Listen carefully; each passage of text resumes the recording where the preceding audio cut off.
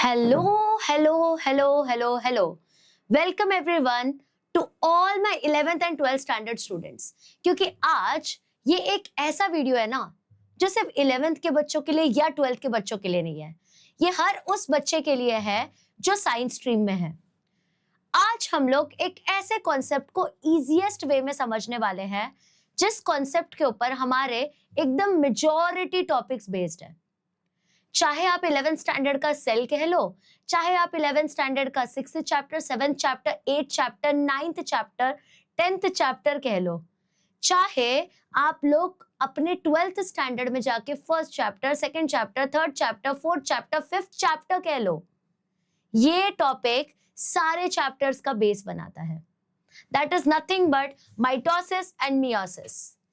तो आज हम लोग सीखने वाले हैं उस मास्टरमाइंड के बारे में जो मास्टरमाइंड आपके और मेरे एग्जिस्टेंस के पीछे है. Any cases? Yes my dear friends, वो है सेल. तो शुरू करते हैं आज का ब्यूटीफुल सा सेशन.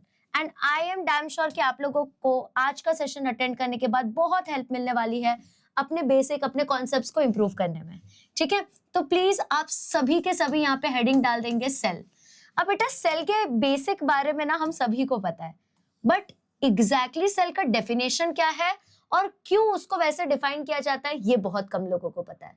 तो मेरे डेफिनेशन लिखने से पहले आप अपने हिसाब का डेफिनेशन जरूर यहाँ पे लिख के बता सकते हैं. You can easily right it. चलिए, तो जब तक मैं ये अपने पेन का कलर बदल रही हूं तब तक आप अपना दिमाग लगाइए और मुझे डेफिनेशन जरूर बताइएगा. I would love to see that definition. Okay, चलिए, आई एम वेटिंग. आपने डाल दिया है डेफिनेशन? यस, आई होप आपने डाला होगा. आई एम डैम श्योर, क्योंकि आप लोग बहुत स्मार्ट बच्चे हो. तो बेटा सेल की अगर मैं बात करूं एकदम इजीएस्ट वे में, अगर मैं सेल की बात करूं तो बेटा it is nothing but the basic structural functional unit of life. ठीक है, ये बेसिक है, ये सबसे फंडामेंटल स्ट्रक्चरल और फंक्शनल यूनिट है लाइफ का. क्योंकि ये जो सेल भाई साहब है, इनके बिना ना हमारा कोई स्ट्रक्चर बनेगा ना हमारा कोई फंक्शन बनेगा.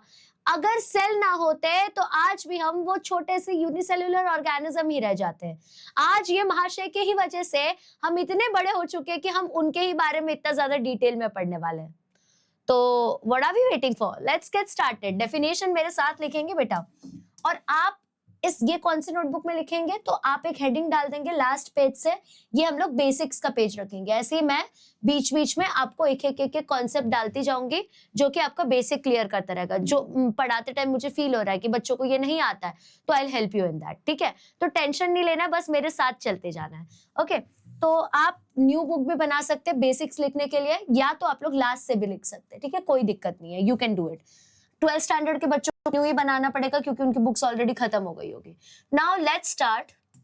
क्या लिखेंगे? Cell is the basic. बेटा ये लाइन बड़ी बड़ी बड़ी इंपॉर्टेंट और ब्यूटीफुल है. देखिए, cell is the basic fundamental. Fundamental मतलब क्या होता है? सबसे पहले का शुरुआत.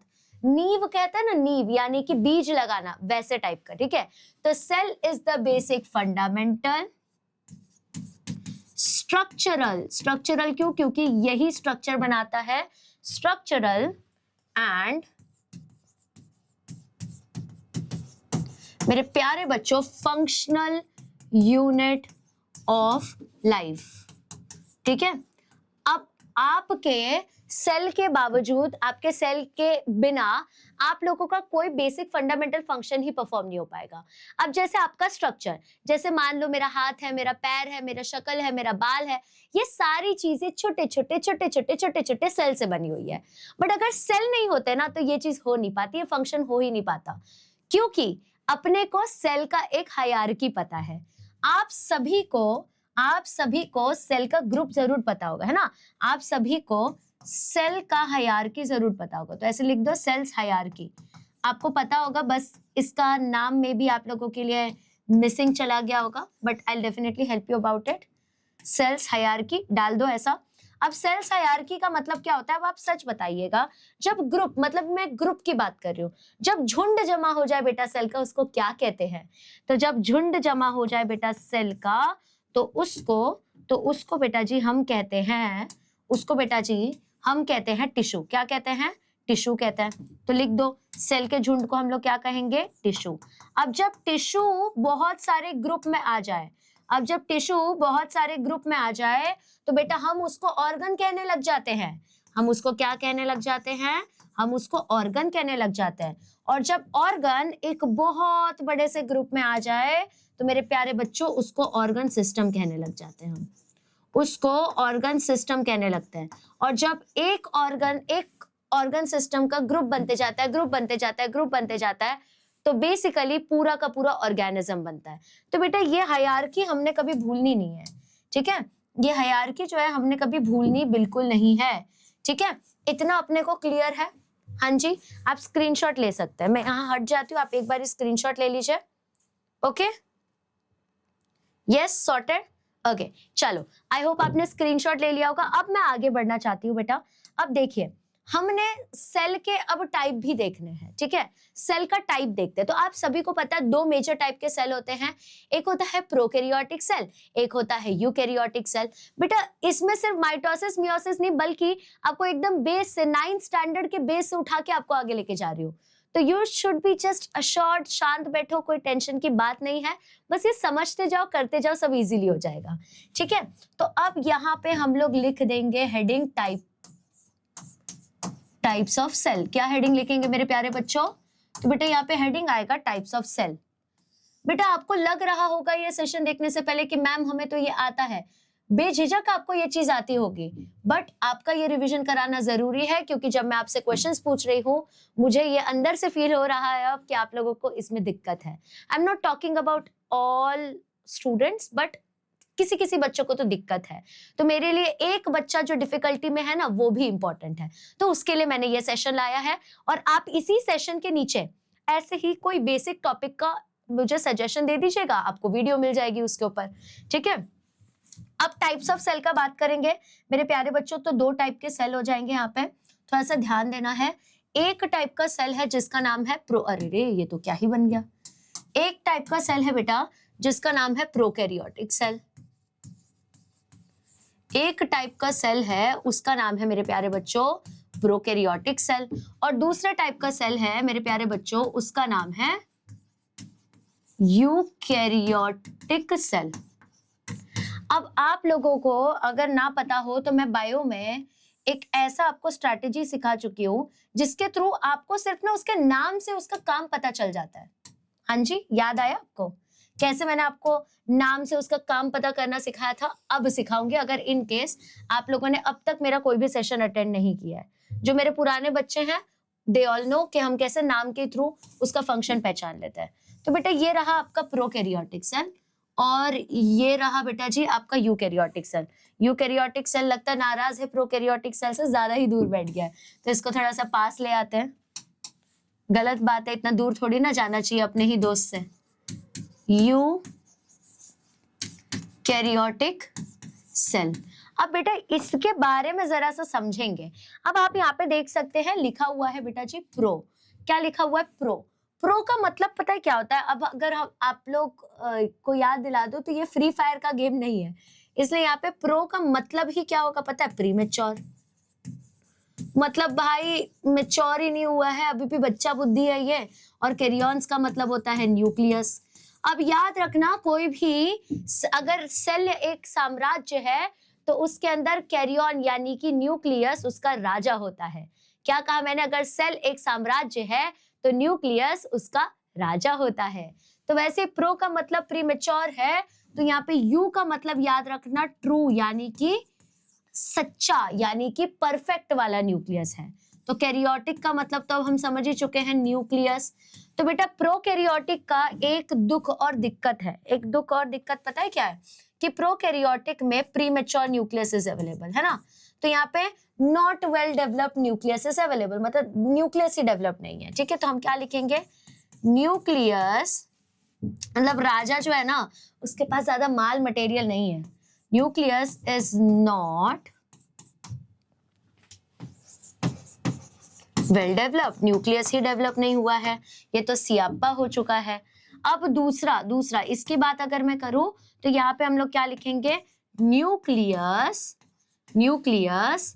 Is well developed. क्यों हम इसको बेटा जी वेल डेवलप्ड लिख रहे हैं? क्योंकि ये तो बेटा यूकैरियोटिक है, और यूकैरियोटिक मतलब जिसके पास ट्रू न्यूक्लियस प्रेजेंट है, और जिसके पास ट्रू न्यूक्लियस प्रेजेंट है वही तो सच्चा राजा है, वही तो सच्चा राजा है। मतलब उसकी प्रजा भी खुश, उसका राज्य भी अमीर। ठीक है, अब अपने को इतना समझ चुका। देखो, राजा के पास बहुत पैसा है तो उसका जो पोशाक है ना वो भी बहुत सुंदर होता है, यानी कि न्यूक्लियर मेम्ब्रेन जो है वो भी यहाँ पे प्रेजेंट होगा। तो there is a presence of nuclear membrane. तो अब यूकैरियोटिक में न्यूक्लियर मेम्ब्रेन भी होगा और साथ में सारे सेल ऑर्गेनल्स के ऊपर में सेल मेम्ब्रेन भी होता है। तो यहाँ पे सेल बाउंड सेल ऑर्गेनल्स आपको देखने को मिलेगा। बट यहाँ पे जिसका राजा ही फटीचर है तो अंदर के जो लोग हैं वो तो रंग की बन के रह जाएंगे, वो तो कुछ कर ही नहीं पाएंगे, है ना। तो अब प्रोकैरियोटिक सेल की बात करूं अगर मैं, तो फिर यहाँ पे लिख दो nucleus is not membrane bound. गरीब है ये गरीब राजा है। इनके गांव में लोग ज्यादा जल्दी आते नहीं है, थोड़े गरीब राजा कहलाते हैं ये। और इसके बाद में इनके न्यूक्लियस का बात करूं तो इनके पास में well developed membrane bound cell organelles present है। ठीक है, तो यहाँ पे लिख दो वेल डेवलप्ड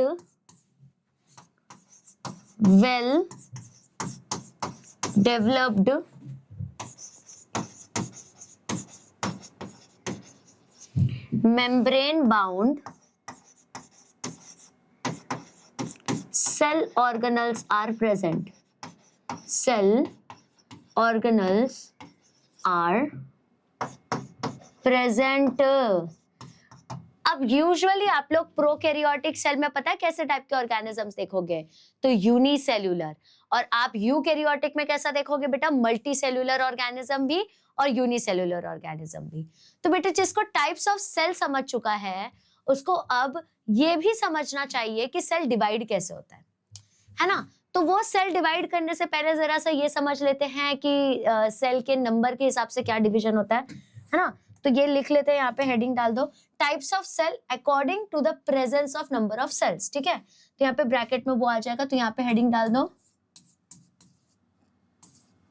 या तो टाइप्स ऑफ ऑर्गेनिजम्स भी आप लिख सकते हो, types of organisms, fair enough, कोई दिक्कत नहीं है, आप लिख सकते हो टाइप्स ऑफ ऑर्गेनिजम्स। तो बेटा एक टाइप का ऑर्गेनिज्म होता है यूनिसेल्यूलर और दूसरा होता है मेरे प्यारे बच्चों multicellular. Yes my dear friends, yes my dear friends.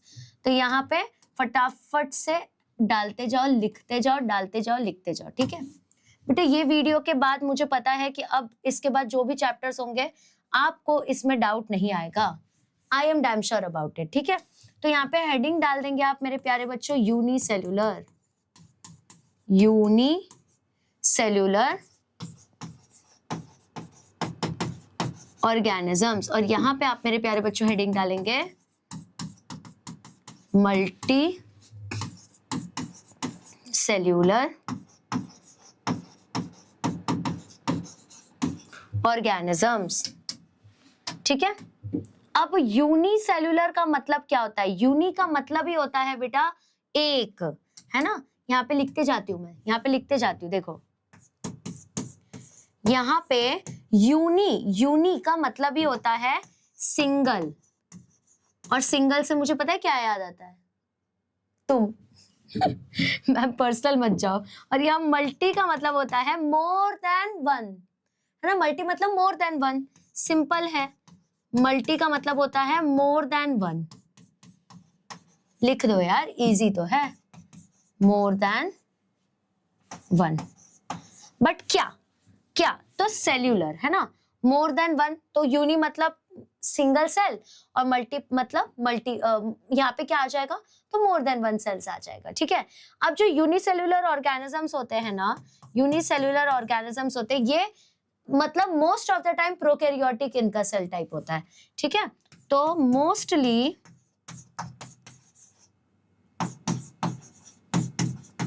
Prokaryotes और sometimes they are eukaryotes and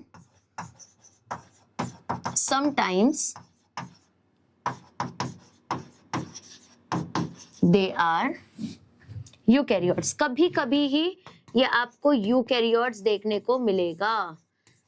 but my dear friends, आपको मल्टी सेलुलर ऑर्गेनिज्म हमेशा यूकैरियोट्स देखने को मिलता है. These are strictly मतलब हमेशा strictly eukaryotic organisms.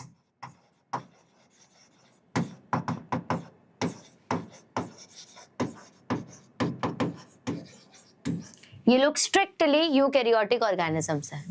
ठीक है, क्लियर, फेयर इनफ, इतना समझ गया. अब हम लोग को ये पता चलना चाहिए कि यहाँ पे जैसे सेल बनते जा रहे, डिवाइड होते जा रहे हैं, तो exactly how do the cell divide, कैसे सेल डिवाइड हो रहे हैं. तो बेटा ये सेल डिवाइड होते हैं ना, ये दो तरीके से होते हैं. एक होता है माइटोसिस, एक होता है मियोसिस. ठीक है, तो यहाँ पे हेडिंग डाल देंगे आप सभी बच्चे, यहाँ पे हेडिंग डाल देंगे आप सभी बच्चे सेल डिवीजन का.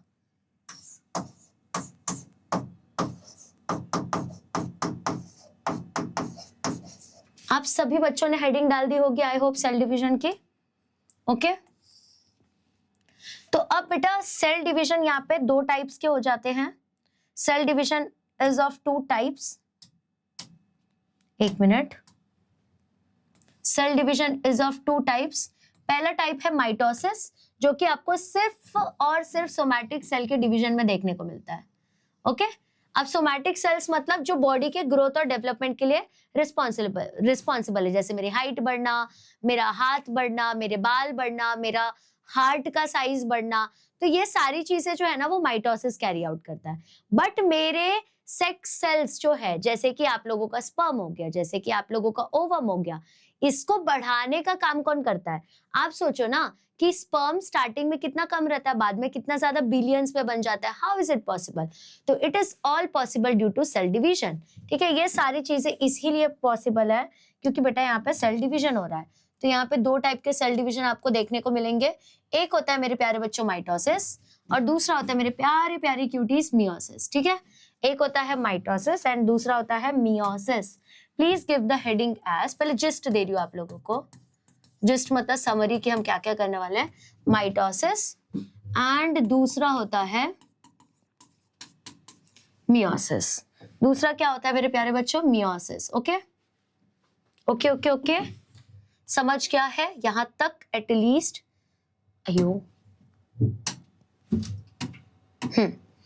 अब माइटोसिस का मतलब यहाँ पे बाजू में फटाक से लिख दो. माइटोसिस में क्या होता है? It is somatic cell division. Somatic cell division मतलब तुम्हारे जो सोमैटिक सेल्स है वो डिवाइड करने वाले हैं. And if we talk about meiosis, it is sex cells division. Sex cells, जिसको आप जर्म सेल्स भी कह सकते हो. ठीक है, सेक्स सेल्स यानी कि जर्म सेल्स का division. Mitosis easy peasy lemon squeezy 4 steps का प्रोसेस है. मियोसिस ये मल्टीपल स्टेप्स का प्रोसेस है. अब देखिए माइटोसिस के अंदर में 4 मतलब देखो पहले डिवीजन तो 2 होते हैं, पहले डिवीजन तो 2 हो जाते हैं. इसके अंदर क्या क्या डिवीजन है थोड़ा सा ध्यान दीजिएगा. ठीक है, क्या क्या डिवीजन है थोड़ा सा ध्यान दीजिएगा. दीजिएगा ना, देना ही पड़ेगा मैम, आप कह रहे हो और हम ध्यान ना दे, ऐसा हुआ है कभी? ठीक है, तो एक होता है कैरियोकाइनेसिस और एक होता है साइटोकाइनेसिस. अब मान लो कि मुझे किसी जगह पे, मान लो कि मुझे किसी का कुछ बुरा करना है, पॉलिटिकली कुछ बुरा करना है, मतलब पॉलिटिकल पार्टी में कुछ बुरा करना है. ठीक है, तो मैं क्या करूंगी, जो वहां के लीडर्स है ना, मैं उनको अपने तरफ करूंगी पहले, है ना. मतलब मैं डायरेक्टली मेन लीडर के ऊपर मैं कुछ नहीं करूंगी. मैं जो उसके छोटे छोटे छोटे छोटे सबऑर्डिनेट टाइप के लीडर्स है ना, उनको तोड़ूंगी. मतलब उनका मैं हार्ट वीक करूंगी ना, तो अपने आप उनकी इमारत गिर जाती है. जैसे अगर कभी किसी का जमीन हथियाना होता है, तो आजू बाजू के जो लोग होते हैं उनको पैसे दिए जाते हैं, उनको घर का लालच दिया जाता है, और अपने आप लोगों का विल पावर टूट जाता है. तो लोग क्या बोलते हैं, ठीक है आप ले लो. बिल्डर जो है वो यहाँ पे हैप्पी, तुम जो हो वो वहां पे हैप्पी. वही सही, सबसे पहले मुझे न्यूक्लियस तोड़ना पड़ेगा, मतलब मुझे राजा को तोड़ना पड़ेगा, और तब जाके मैं उसके पूरे के पूरे साम्राज्य को हिला पाऊंगी, यानी कि साइटोप्लाज्म को। ठीक है, तो सबसे पहले होता है बेटा जी यहाँ पे, सबसे पहले क्या होता है बेटा जी यहाँ पे, तो कैरियोकाइनेसिस। कैरियोकाइनेसिस, ठीक है। कैरियो का मतलब होता है न्यूक्लियस, काइनेसिस का मतलब होता है मेरे प्यारे बच्चों डिवीजन। ठीक है, वो सब हम आगे देखेंगे, टेंशन मत लो। और दूसरा होता है साइटोकाइनेसिस। दूसरा क्या होता है? साइटोकाइनेसिस। साइटोकाइनेसिस मतलब चल भाई, अब दो भाइयों में दरार आ ही गई है तो क्यों ना बंटवारा कर ही दिया जाए प्रॉपर्टी का। तो साइटोकाइनेसिस मतलब साइटोप्लाज्म का डिवीजन करना, अब दो अलग अलग सेल बन जाते हैं इसके बाद। अब कैरियोकाइनेसिस में मेरे प्यारे बच्चों 4 फेजेस आते हैं।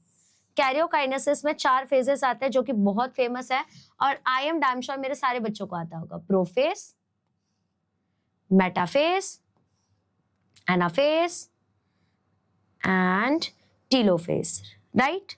आई नो आपको आता ही है।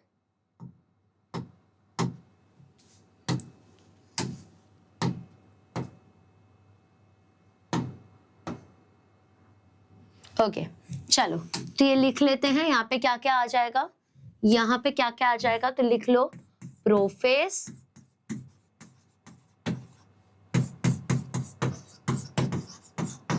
Metaphase, anaphase and telophase. ठीक है, ये 4 मेन फेजेस जो है बेटा जी आपके यहाँ पे आते हैं। समझे? समझे कि नहीं? समझे कि नहीं? समझे कि नहीं? अरे आई नो समझे रे, ये तो अपन को याद ही है, बस ये फेजेस भूल जाते हैं अपन, और जब मैम डायरेक्ट नाम लेती है फेजेस का तब तो डब्बा गुल हो जाता है।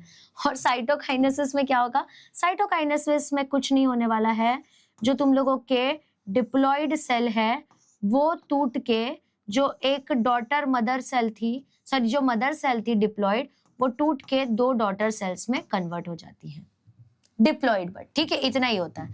अब आई मियोसिस की बारी। मियोसिस है थोड़ा सा चंट। मियोसिस क्या है? थोड़ा सा चंट है, क्योंकि मियोसिस के अंदर में 2 फेजेस होते हैं भाई। मियोसिस के अंदर में बेटा जी 2 फेजेस होते हैं, मियोसिस 1, मियोसिस 2, मतलब 2-2 बार मियोसिस होगा भाई साहब, 2-2 बार मियोसिस होने वाला है। तो लिख दो यार, what are we waiting for, what are we waiting for, है ना? यहाँ पे आ जाएगा meiosis 1 and here meiosis 2। Meiosis 1 जिसको समझ गया उसको मियोसिस 2 समझने की कोई जरूरत नहीं पड़ती। ठीक है, तो will write here meiosis 1, okay, and here meiosis 2।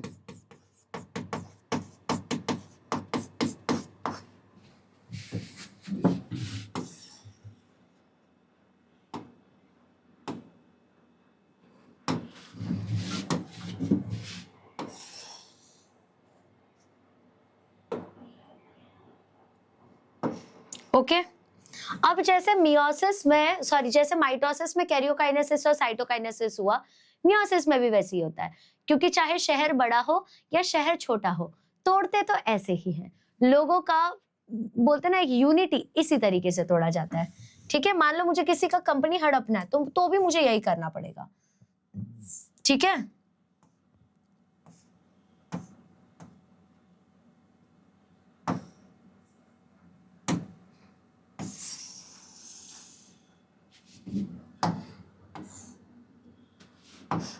तो यहाँ पे क्या आ जाएगा? As you all know meiosis 1 के यहाँ पे क्या आने वाला है?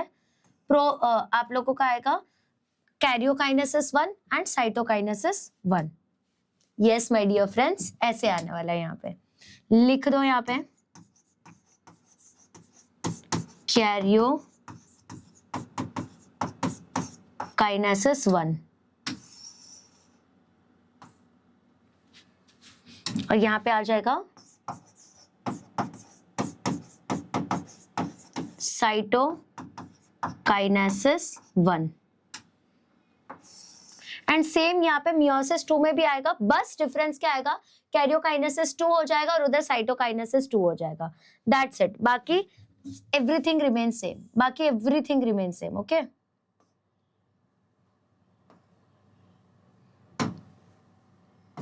तो यहाँ पे ऐसे लिख देते। इसको अगर तुम लोग ने इनकेस नहीं भी लिखे, मतलब इसको अगर सॉल्व भी नहीं किया तो भी चलेगा, ऐसा होता है।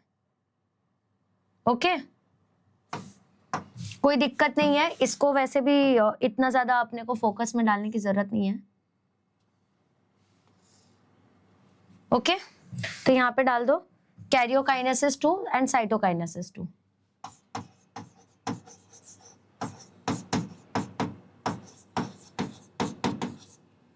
कैरियोकाइनेसिस 2 एंड यहाँ पे आएगा साइटोकाइनेसिस 2।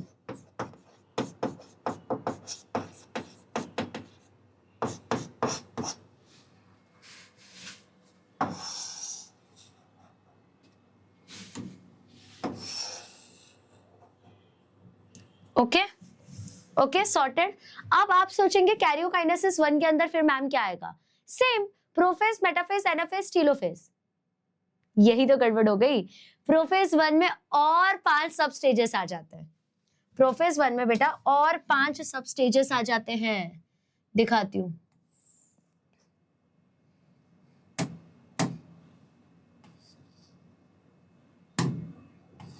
यहाँ पे प्रोफेज,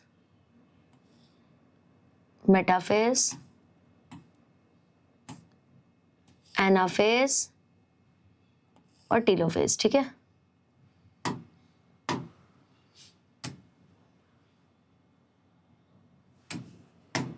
लिख दो यहां प्रोफेज 1, मेटाफेज 1, एनाफेज 1 और telophase 1।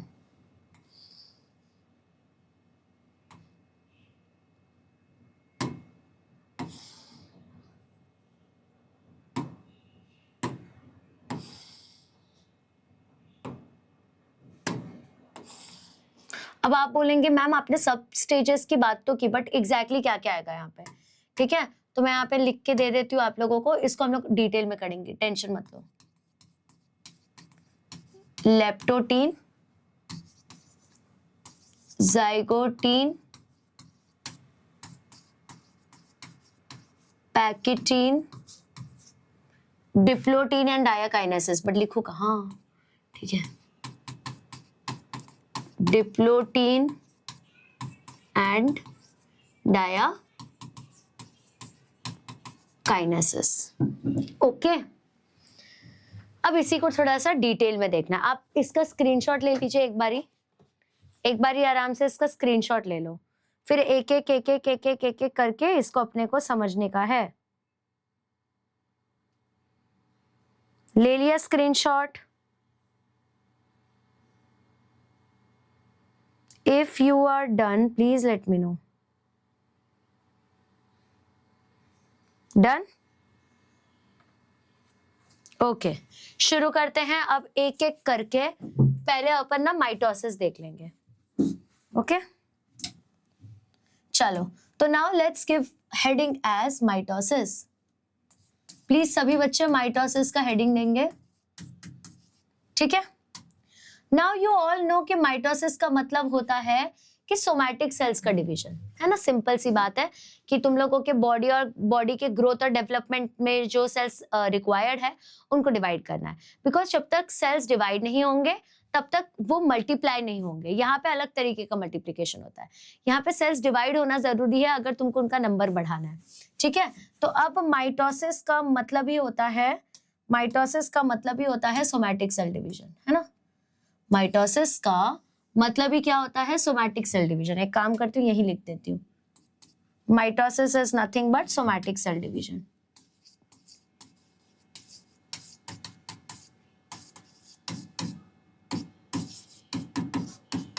Somatic cell division. Okay, अब इसके बारे में थोड़ा सा समझते हैं कि क्या है माइटोसिस, कैसा है माइटोसिस। तो बेटा माइटोसिस में सबसे पहली चीज क्या आ जाएगी?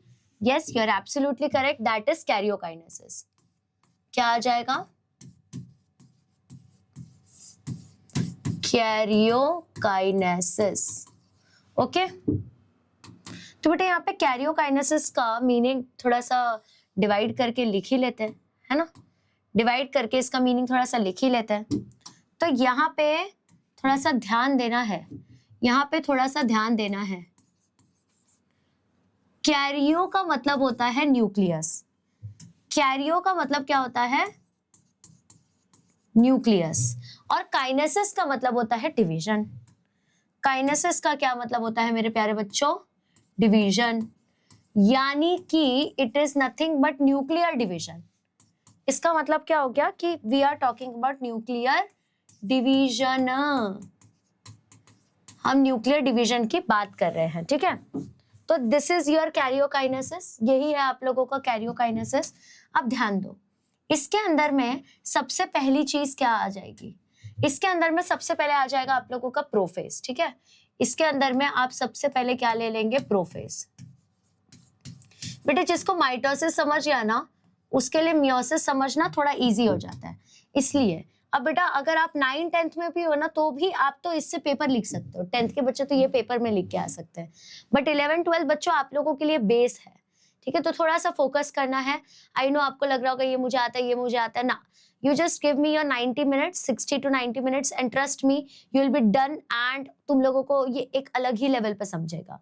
आई एम ट्राइंग कि आप लोगों का बेस क्लियर होते जाए, क्योंकि नहीं है, आई नो दैट, ठीक है। अब देखो प्रोफेस में आपको ना एक डायग्राम ना थोड़ा सा रिलेट करके चलना है। You need to relate to one diagram, और उसी के ऊपर हम लोग सारे चीज में खेलेंगे। याद रखना है बस ये डायग्राम को थोड़ा सा फोकस में चलने का अपने को। ओके, अब मान लो कि ये तुम्हारा सेल है,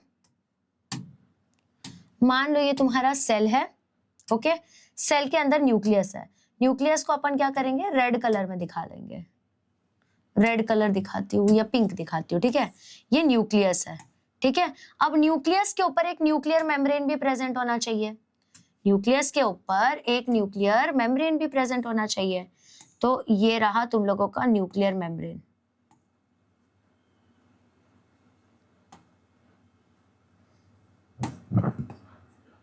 ओके, दिख रहा है? येलो वाला न्यूक्लियर मेम्ब्रेन हो गया।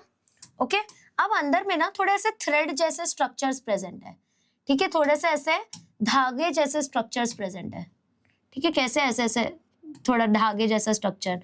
अब धागा बोलते तुम लोगों को कुछ तो चमकना चाहिए, है ना। धागा बोलते तुमको कुछ तो चमकना चाहिए। थ्रेड लाइक स्ट्रक्चर का बात चल रहा है क्योंकि यहाँ पे। ओके, अब इसके बाद में आप लोग ऑब्जर्व करोगे कि यहाँ पे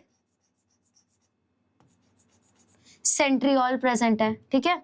यहाँ पे परपेंडिकुलर शेप में सेंट्रियोल प्रेजेंट है, और यहाँ पे न्यूक्लियोलस प्रेजेंट है, और यहाँ पे बेटा न्यूक्लियोलस भी प्रेजेंट है, ठीक है। सब कुछ बढ़िया तरीके से प्रेजेंट है। बट अगर मुझे किसी का एक कंपनी खराब करना है, वो कंपनी को लॉस में लेके जाना है, तो ये जो न्यूक्लियर, अभी देखो कंपनी में सबको एक अच्छा खासा अमाउंट मिलता है, बट अगर मेरे को उनको तोड़ना है, उनके एम्प्लॉइज को अपने कंपनी में लेके आना है, तो मुझे उनको ज्यादा सैलरी ऑफर करनी पड़ेगी। ये कब होगा? जब मैं उनके सैलरी को कम दिखाऊंगी। तो इसकी वजह से जब प्रोफेज होता है ना, तो सबसे पहले न्यूक्लियर मेम्ब्रेन धीरे धीरे डिसअपियर होने लगता है। न्यूक्लियर मेम्ब्रेन क्या करता है पता है? धीरे धीरे डिसअपियर होने लगता है। आपको ऐसा लग रहा होगा ब्लैक ब्लैक क्यों कर रही है, बट उससे आपको इल्यूजन क्रिएट होगा कि गायब हो रहा है। मतलब धीरे धीरे दिख रहा है आप लोगों को बीच बीच में स्पेसेस, धीरे धीरे क्या दिख रहा है कि न्यूक्लियर मेम्ब्रेन जो है वो गायब हो रहा है।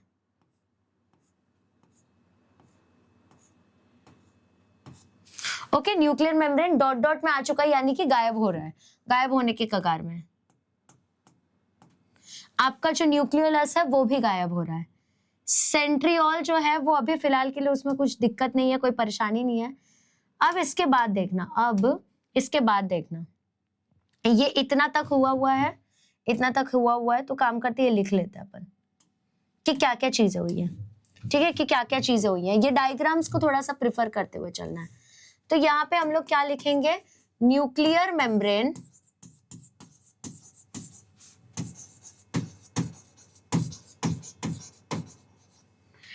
and nucleolus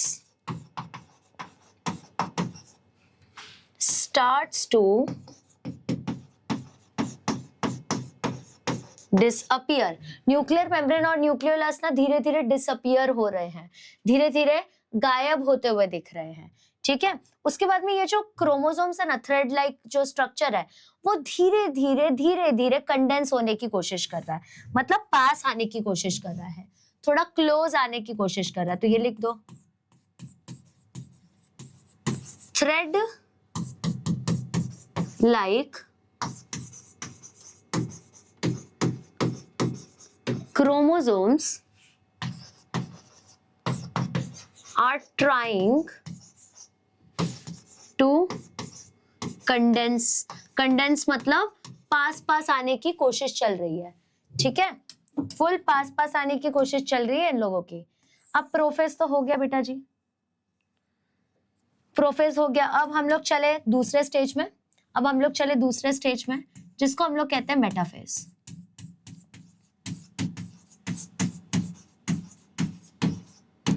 मेटाफेज का स्टेज चल रहा है अब, ठीक है, मेटाफेज का स्टेज चल रहा है, ठीक है। अब मेटाफेज में देखो क्या जादू होने वाला है, एकदम जादूगर वाला जादू होने वाला, मजा ही आने वाला है, ऐसा जादू होगा। ये डायग्राम के ऊपर थोड़ा सा लक्ष द्यायचं आहे तुम्ही लोकांना, इथे ठेवते मी डायग्राम, तो मला काय टेंशन आहे, मैं इधर डायग्राम रखेगी तो उधर एनाफेज कैसा आएगा, बट ठीक है, करते कुछ तो चलेगा। ओके, अब हम लोगों ने पिंक कलर में न्यूक्लियस बनाया था, ठीक है, पिंक कलर में न्यूक्लियस बनाया था, तो यहाँ पे इसको पिंक कर देती हूँ मैं, ठीक है। अब आप एक चीज ऑब्जर्व करना कि मैं यहाँ पे येलो कलर नहीं बनाऊंगी, यानी कि न्यूक्लियर मेम्ब्रेन पूरा गायब हो चुका है, न्यूक्लियर मेम्ब्रेन पूरा गायब हो चुका है, और ये जो थ्रेड लाइक क्रोमोसोम थे ना, ये ऐसे क्रोमोसोम जैसे स्ट्रक्चर की तरह बनने की कोशिश कर रहे हैं। ये लोग कंडेंस हो रहे हैं, कंडेंस मतलब पास आ रहे हैं, और थोड़ा सा ट्राई कर रहे हैं कि ये क्रोमोसोम जैसा स्ट्रक्चर बन जाए, पास आके। एंड गेस व्हाट, ये जो अपना सेंट्रियोल है ना, ये centriole opposite of equatorial plane चला जाता है। इक्वेटोरियल प्लेन मतलब ये जो इक्वेटर है उसके अपोजिट मतलब डिवाइड करता है, दो बन जाता है और अपोजिट ऑफ इक्वेटोरियल प्लेन चला जाता है। अब यही चीज हमको यहाँ पे लिखना है, क्या लिखेंगे हम लोग यहाँ पे, nuclear membrane and nucleolus completely disappears, पूरा का पूरा गायब हो चुका है, कंप्लीटली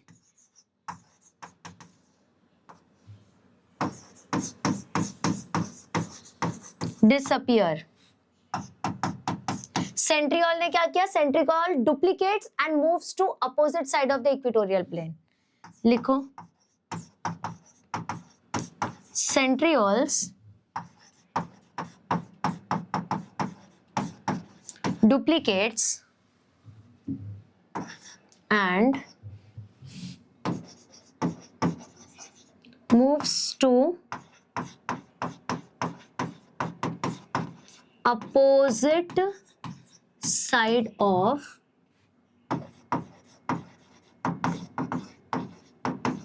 इक्वेटोरियल प्लेन। और इतना ही नहीं, thread like chromosome condense to form chromosome like structure, ठीक है। यहाँ पे क्या हो रहा है, thread like chromosome condense to form chromosome like structure. Thread like chromosome condense to form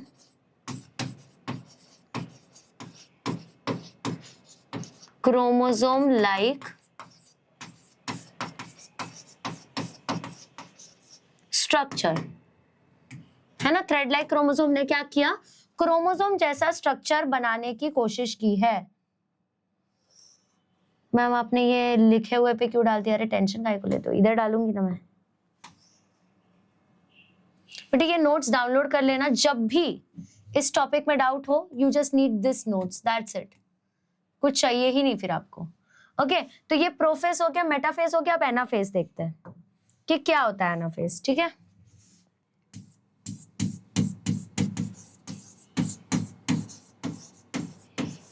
ठीक है। अब देखो, एना को हम एना नहीं कहेंगे, हम एना को अन्ना कहेंगे। एना को हम एना नहीं कहेंगे, हम एना को अन्ना कहेंगे। और अन्ना जो है ना, उनका एक बहुत बड़ा खेत खलियान है, और वो जो खेत खलियान है ना, वहां पे बनाना मिलता है। मतलब अन्ना वांट्स बनाना। क्या बोला मैंने? अन्ना वांट्स बनाना। ठीक है, तो ये चीज लिख लो, ये चीज लिख लो, ऐसे करके लिख लो, Anna wants banana. Very important. Anna को क्या चाहिए बेटा जी? अन्ना को चाहिए बनाना। ठीक है, अब इसका डायग्राम हम बनाएंगे ना। ठीक है, चलो डायग्राम बनाते हैं ना। तो ये रहा तुम्हारा एनाफेस का डायग्राम। अब इसमें देखना क्या क्या होगा। अब इसमें बेटा, इसमें तो अब आपकी मेजॉरिटी चीजें तो कंप्लीट ही हो चुकी है। अब देखना क्या क्या हो रहा है, देखते जाओ बस क्या क्या हो रहा है। अब देखो, ये क्रोमोसोम लाइक स्ट्रक्चर जो बनने की कोशिश कर रहे थे, ये पूरा बन चुके हैं। ये पूरा का पूरा इनका स्ट्रक्चर कंप्लीट हो चुका है। स्पिंडल फाइबर क्या करते पता है? बहुत शैतान है ये लोग। इक्वेटोरियल प्लेन पे तो आते ही हैं, बट ये लोग क्या करते हैं, अपने आसपास में से स्पिंडल फाइबर निकालते हैं। स्पिंडल फाइबर मतलब ये एक ऐसा थ्रेड है जो कि खींचने वाला है क्रोमोसोम को। तो ये स्पिंडल फाइबर निकालते हैं, और उसकी वजह से क्या होता है, मान लो कि मैं क्रोमोसोम का एक हाथ हूं और मेरे को कोई यहां से खींच रहा है, तो मैं कैसे हो जाऊंगी? ऐसे। तो ये जो क्रोमोसोम्स है, ये अपोजिट अपोजिट साइड जाके कुछ इसी तरीके से, मतलब bunch of banana like structure में अरेंज हो जाते हैं। Bunch of banana like structure में अरेंज हो जाता है। इसलिए मैंने आपको क्या कहा? अन्ना वांट्स बनाना। क्या कहा मैंने? अन्ना वांट्स बनाना। अब यही लिखना है बेटा। दूर दूर हो चुके ये लोग, इनको हमने दूर कर दिया है, मतलब इनका न्यूक्लियस खत्म कर दिया हमने, खराब कर दिया पूरा। अंदर के लोगों को अपने कंपनी में बुला लिया बेसिकली। तो यहाँ पे मैं क्या लिखूंगी? Condensation of thread like chromosome is completed.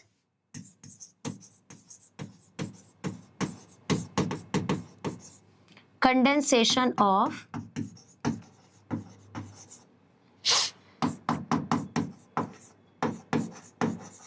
thread like chromosome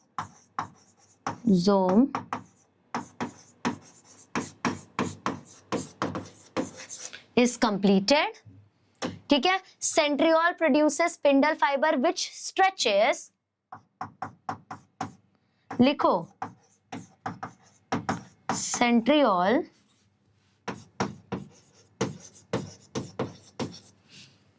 produces spindle fiber which stretches chromosomes into the opposite of equatorial plane. Stretches the chromosomes opposite of the equatorial plane. और ये ऐसा लग रहा है जैसे कि बनाना का वो है। अब देखो, बनाना ऐसे ही रहता है ना, ऐसे ही अरेंज रहता है कि नहीं? पिंक बनाना है, ये ऐसे ही अरेंज रहता है, वैसे ये भी अरेंज हो चुके हैं, ऐसे करके अरेंज हो गए। ठीक है, अब ये इतना दूर हो गए ना, मतलब स्पिंडल फाइबर का काम खत्म। अब ये लोग क्या करेंगे पता है? ये जो थ्रेड लाइक क्रोमोसोम थे, वो फिर से थ्रेड में डीकंडेंस हो जाते हैं, क्योंकि अब वो अलग हो चुके हैं। और जब डीकंडेंस हो जाएंगे ना, वो they will look similar to this. मतलब वो लोग ओरिजिनल स्टेज पे आ गए, क्योंकि हमने क्रोमोसोम्स को बांट दिया है, क्रोमोसोम्स को डिवाइड कर दिया है यहाँ पे। ठीक है, तो यहाँ पे देखो क्या आएगा, यहाँ पे देखो क्या आएगा, डी में डाल दो तुम profess, metaphase, anaphase and telophase. Tillo का मतलब ही होता है लास्ट, मतलब अब हम लोगों को अपना फाइनल डेस्टिनेशन हासिल ही होने वाला है, फाइनली, है ना? फाइनल डेस्टिनेशन अब अपने को हासिल ही होने वाला है। तो ये रहा बेटा जी आपका टीलोफेस। इसको थोड़ा ऊपर करते हैं। ठीक है, टीलोफेस। अब टीलोफेस के लिए भी तो डायग्राम बनाना ही पड़ेगा, है ना? तो ये रहा अपना सर्कल थोड़ा बड़ा बना देना, क्योंकि टीलोफेज के टाइम पे सर्कल बड़ा हो जाता है, मतलब उनका जो सेल है वो बड़ा हो जाता है। ठीक है, एक मिनट, पिंक कलर था। ओके, ये न्यूक्लियस था। ठीक है, ये न्यूक्लियस था, क्यों बोल रही हूँ पता है? क्योंकि अब ये न्यूक्लियस टूट चुका है, ये न्यूक्लियस टूट चुका है, अब अफड़ातून मच चुकी है। ये देखो, ब्रेक्स आ गए न्यूक्लियस में। न्यूक्लियस क्यों टूट गया? क्योंकि इनके जो मेंबर्स है वो इधर से उधर हो गए, उनका जमीर जो है वो हिल गया है ना, तो न्यूक्लियस भी टूट चुका है। अब नया नवेला न्यूक्लियस बनने वाला है, टेंशन वेंशन ना लो। ठीक है, अब यहाँ पे सेंट्रियोल का तो काम हो चुका, सेंट्रियोल का तो काम हो चुका, तो क्या होगा, फिर से ये थ्रेड में कन्वर्ट हो जाएंगे अपोजिट ऑफ इक्वेटोरियल प्लेन में जाके। ठीक है, अपोजिट ऑफ इक्वेटोरियल प्लेन में जाके इनका फिर से न्यूक्लियस, मतलब न्यूक्लियर मेम्ब्रेन फिर से डेवलप होगा दूसरे न्यूक्लियस के साथ। ठीक है, ये देखो यहाँ पे ये डेवलप हो गया। ओके, देखते जाओ, सेम इसके साथ भी ऐसा ही होगा। अलग हो गए ये लोग, एक दूसरे से अलग हो चुके हैं, मतलब मैंने सेल को डिवाइड कर दिया बेसिकली। तो जो जो चीजें अब उधर पे थी, जो जो चीजें अब उधर पे थी, वो सब इसके पास रिटर्न आ चुकी है। ठीक है, सब इसके पास क्या आ चुकी है? रिटर्न, क्योंकि काम तो हो गया, काम तो हो गया है ना, अलग अलग हो गए अब ये लोग। अब इतना अलग अलग हो ही गए हैं, तो बाद में क्या होता है, ये बीच में डिवाइड हो जाते हैं। ठीक है, बट क्या क्या हुआ है वो लिखते हैं हम लोग यहाँ पे, क्या क्या हुआ है हम लोग लिखते हैं यहाँ पे। द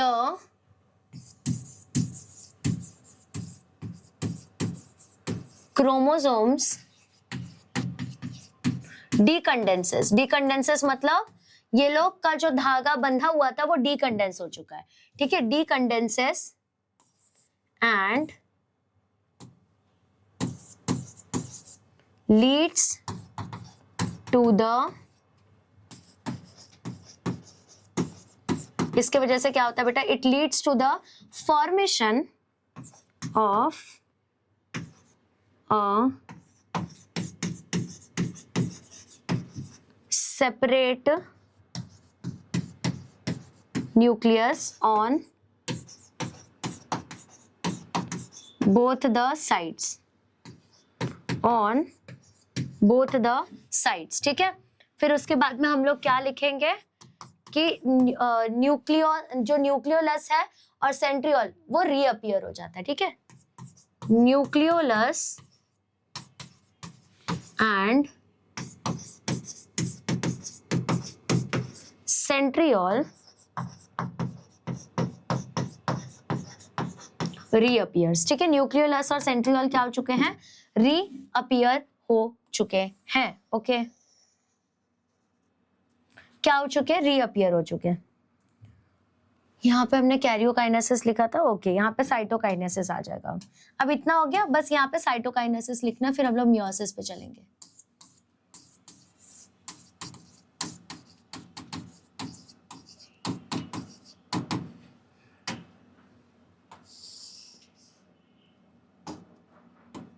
ओके, साइटोकाइनेसिस की बात करूं तो अभी भी यही सेल है, बस अब इसका प्रॉपर्टी बांट लेने का भी अपने को, ज्यादा टेंशन नहीं लेने का है। ठीक है, यही था वो सेल, इसके अंदर वही टूटा फूटा न्यूक्लियस, बट अब हम लोग वो टूटा फूटा न्यूक्लियस नहीं बनाएंगे। किसी के दुखते रथ पे हाथ नहीं रखते बेटा, बहुत पाप लगेगा, है ना। तो दुखते रथ पे हाथ ना रख के हम लोग यहाँ पे जो अंदर दो स्ट्रक्चर्स बने हैं वो बना के थोड़ा सा रिप्रेजेंट करते कि कैसे ये सेल्स अलग होने वाला है। ठीक है,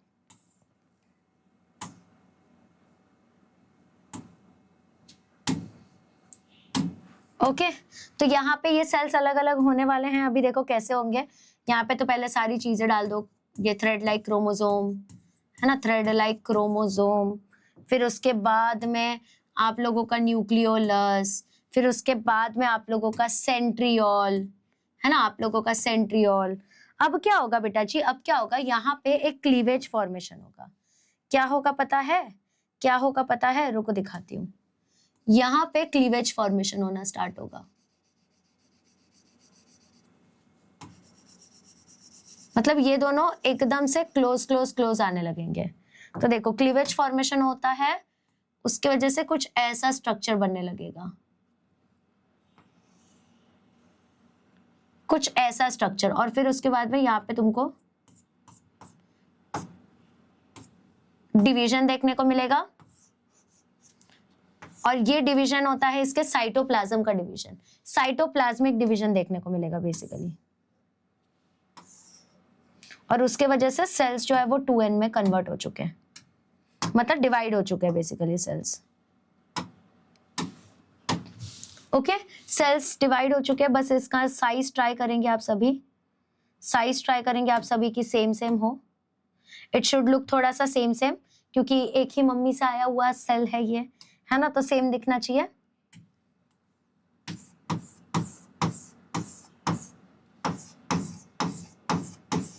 ये है आप लोगों का थ्रेड लाइक क्रोमोसोम, ये है आप लोगों का सेंट्रियोल, ये है आप लोगों का न्यूक्लियोलस, सॉरी न्यूक्लियोलस, ये है सेंट्रियोल। हमेशा ये परपेंडिकुलर अरेंज रहता है, ठीक है। अब एक चीज यहाँ पे सबसे इंपॉर्टेंट है लिखना कि ये भी बेटा 2n था, और अब ये भी क्या है, 2n है, ठीक है।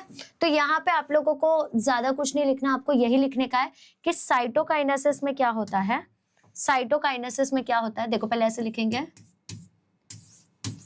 once the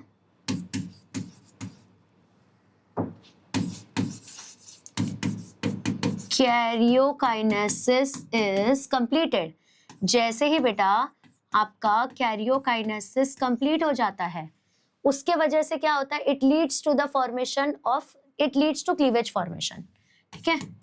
इट इनिशिएट्स भी आप लिख सकते हो, ज्यादा अच्छा लैंग्वेज, इट इनिशिएट्स, क्लीवेज का मतलब होता है ऐसा ब्रेकेज लाना, ठीक है, क्लीवेज फॉर्मेशन, ठीक है। The cleavage formation results into cytokinesis and that divides mother cell into two daughter cell, and that divides mother cell into two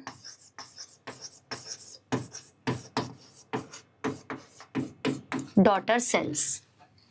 बेटा आपको पूरा माइटोसिस अब अच्छे से बैठ चुका है, now you don't need anything, mitosis अब तुम्हारे दिमाग के अंदर है, अब बस मियोसिस करना है, ठीक है। मियोसिस को थोड़ा सा ध्यान दीजिएगा, बड़ा प्यारा टॉपिक है, बट अगर ध्यान छूट गया मतलब नजर हटी दुर्घटना घटी टाइप्स का। एक मिनट,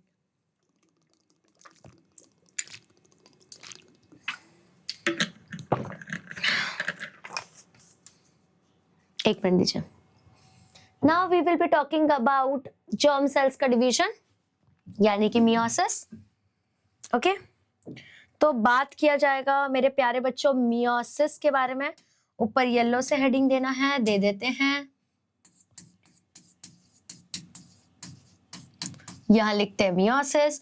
मियोसिस का मतलब होता है जर्म सेल्स का डिवीजन, जैसे कि स्पर्म और जाइगोट, है ना, मतलब सॉरी स्पर्म और एग, ओवम, ओके, मेल और फीमेल गैमेट्स। तो यहाँ पे लिख दो germ cell division, okay.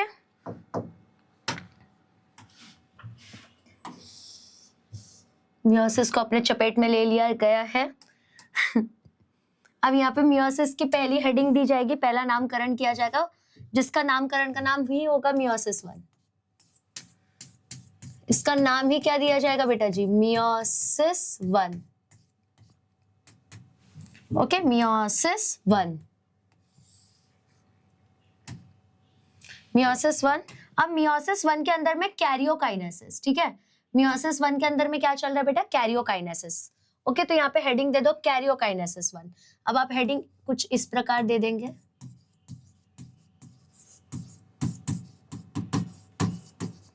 Karyokinesis 1।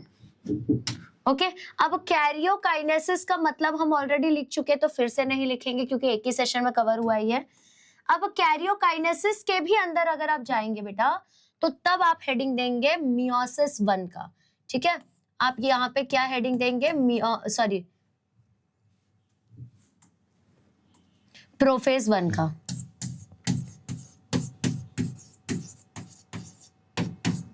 अब बेटा प्रोफेज 1 जो है ये 5 बड़े स्टेजेस में बटा हुआ है, बट ये 5 स्टेजेस इतने बड़े बड़े हैं मैम कि हमें याद ही नहीं होता।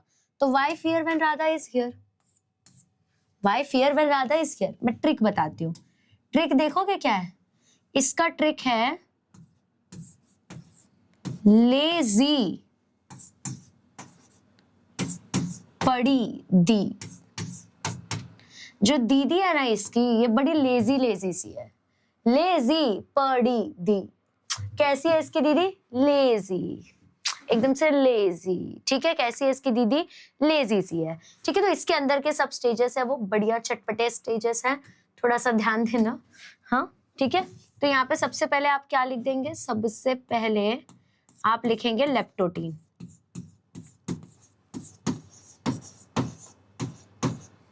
सबसे पहला फेज क्या आ जाएगा बेटा? लेप्टोटीन का फेज। ओके, इसी के अंदर फिर हम लोग बहुत सारे फेजेस, 5 फेजेस बेसिकली देखने वाले। व्हाट इज बहुत ज्यादा, कम ऑन यार, तुम ट्रॉमेटाइज कर रहे हो बच्चों को मैडम, बहुत ज्यादा मत बोलो। ठीक है, अब देखो इसके अंदर मैं आपको एक हिंट दूं क्या? जो भी आप लोगों ने माइटोसिस में देखा ना कि प्रोफेज में होता है, वही हो रहा है, बस ये 5 डिफरेंट स्टेजेस में होता है। टेंशन लेने का ही नहीं, ठीक है? जब तक मैं हूं ना तब तक टेंशन मत, जब मैं नहीं रहूं तब टेंशन लेना कि अरे बाप रे अब क्या करेंगे, समझ रहे हो? उसके पहले टेंशन नहीं लेना। अब ये तुम लोगों का सेल है, ठीक है? सेल के अंदर में ऑफ कोर्स न्यूक्लियस होगा, ठीक है? ऑफ कोर्स क्या होगा? न्यूक्लियस होगा, और न्यूक्लियस के बाहर ऑब्वियसली न्यूक्लियर मेम्ब्रेन होगा, जिसको मैं खा जाऊंगी अभी, है ना, जिसको अपन खा जाएंगे। ठीक है, न्यूक्लियर मेम्ब्रेन को खा गए हम लोग। ठीक है, अब इसके बाद आपको कुछ थ्रेड लाइक क्रोमोसोम्स भी दिखेंगे, टड़म टड़म टड़म टड़म टड़म टड़म टड़म। आपको सेम वैसा ही न्यूक्लियोलस भी दिखेगा, आपको सेम वैसा ही सेंट्रिओल भी दिखेगा। तो यहाँ पे भी बेटा थोड़ा सा आप देखोगे डिसअपियर होना स्टार्ट कर रहा है।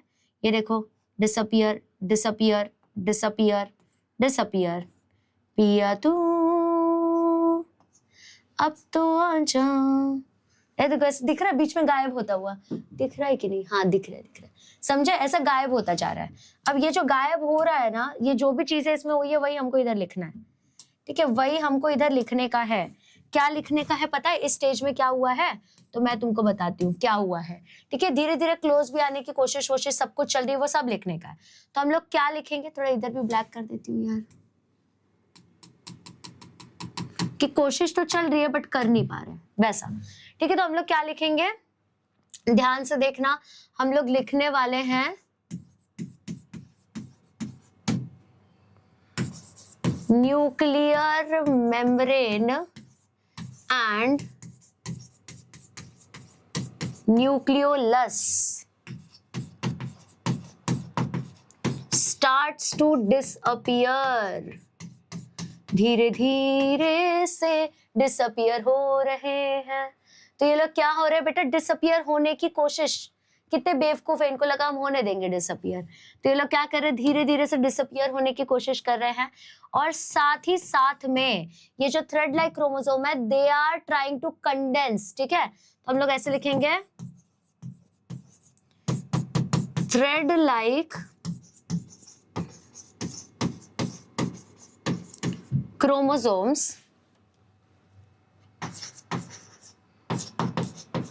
are trying to condense and form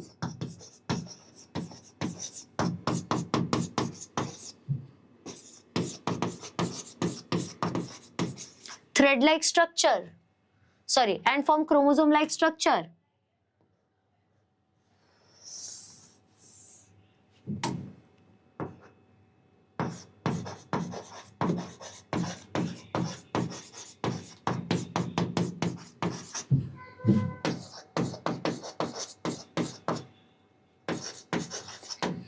अब ये लोग क्या करेंगे, क्रोमोसोम लाइक स्ट्रक्चर बनाने की कोशिश कर रहे हैं, बट खैर हम तो बड़े दुष्ट हैं, हम तो ये होने नहीं देंगे, है ना, हम तो बड़े दुष्ट हैं, हम तो ये होने से रहे। ओके, इतने भी नहीं है मैम हम दुष्ट जितना आप हमें पोर्ट्रे कर रहे हो, ठीक है यार, नहीं होगे। अब लेप्टोटिन हो गया, अब जाइगोटिन। जाइगोटिन बहुत इंपॉर्टेंट है।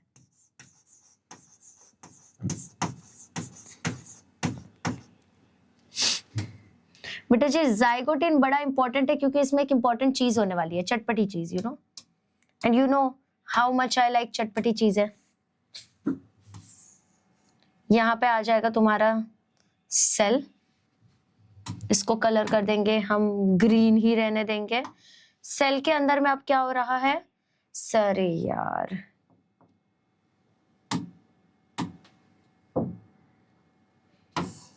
देखो इसको, शर्म लाज एकदम खो चुके हैं ये लोग। अब तक पूरा का पूरा डिसअपियर नहीं हुआ है, ठीक है, अब तक पूरा का पूरा डिसअपियर नहीं हुआ है। अब एक चीज आपको और बता दूं, एक चीज आपको यहाँ पे और बता दूं, ये तो ब्लू ले लिया है, ये ले लेती हूँ। इसके अंदर ना तुमको कुछ कुछ क्रोमोसोम्स जो है वो अलग कलर के भी मिलेंगे, ठीक है। अब ये ग्रीन कलर तुमको दिखेगा नहीं यार, इसके अंदर ना तुमको कुछ कुछ क्रोमोसोम्स अलग कलर के भी दिखेंगे, ठीक है, अलग कलर के भी क्रोमोसोम्स दिखेंगे। दिख रहा है क्यों, क्योंकि आधे मेल के क्रोमोसोम आधे फीमेल के क्रोमोसोम, दो अलग अलग क्रोमोसोम्स देखने को मिलेगा। तो अब इसके ऊपर में बेटा ये आपका क्या है, न्यूक्लियस है, आपका न्यूक्लियस है, और अब तक इसके ऊपर से न्यूक्लियर मेम्ब्रेन पूरा नहीं गया है, अब तक इसके ऊपर से न्यूक्लियर मेम्ब्रेन मतलब पूरा नहीं चला गया है, अब तक उसकी प्रोटेक्शन कर रहा है, बट फिर भी ये डिसअपियर होने के कगार पे है, तादाद पे है, कगार पे, जो भी बोलते हैं यार, ठीक है। ये देखो अब धीरे धीरे डिसअपियर और मतलब डिसअपियरेंस और बढ़ चुका है, मतलब बहुत ही कम दिख रहा है अब तो, ऐसा अज्यूम करो, ठीक है, बहुत कम दिख रहा है, बहुत कम दिख रहा है, बहुत कम दिख रहा है, ओके, बहुत ही कम दिख रहा है। अब तुमको ना थोड़ा सा थ्रेड जैसा स्ट्रक्चर दिखना शुरू हो जाएगा, ठीक है।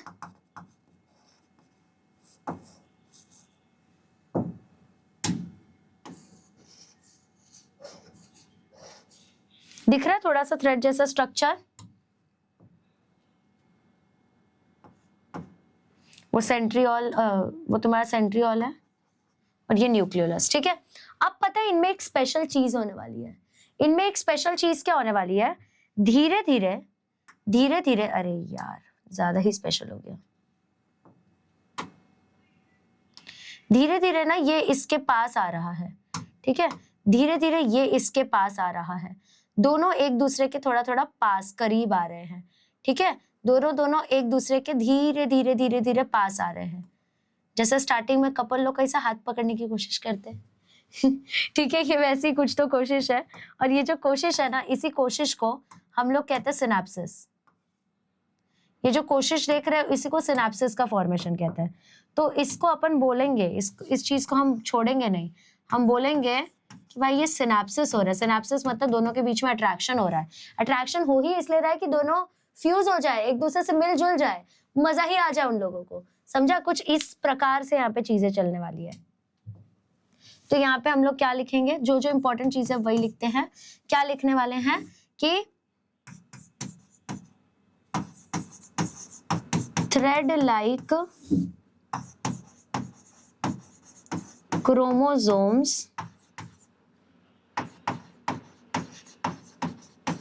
condense to form chromosome like structure। अब दोनों क्रोमोसोम्स अट्रैक्ट हो रहे हैं तो उसकी वजह से सिनेप्सिस फॉर्मेशन होता है। Both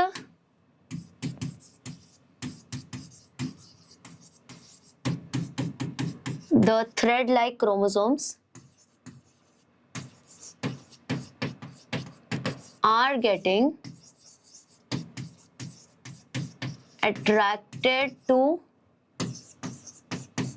each other which leads to formation of synapses। या फिर सिनेप्सिस डायरेक्ट लिख देती हूँ, विच फॉर्म्स, ठीक है, सिनेप्सिस। अब ये होने के बाद एक और इंपॉर्टेंट फेज होगा,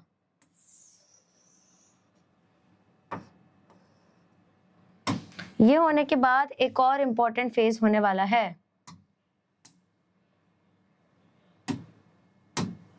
क्या है वो इंपॉर्टेंट फेज पता है? पैकेटिंग कहते हैं उसको। मतलब पैकेजिंग तो अब यहाँ पे होके ही रहेगी, ठीक है, पैकेज में डालने वाले हम लोग इनको, ठीक है। तो थर्ड चीज क्या? पैकेटिंग।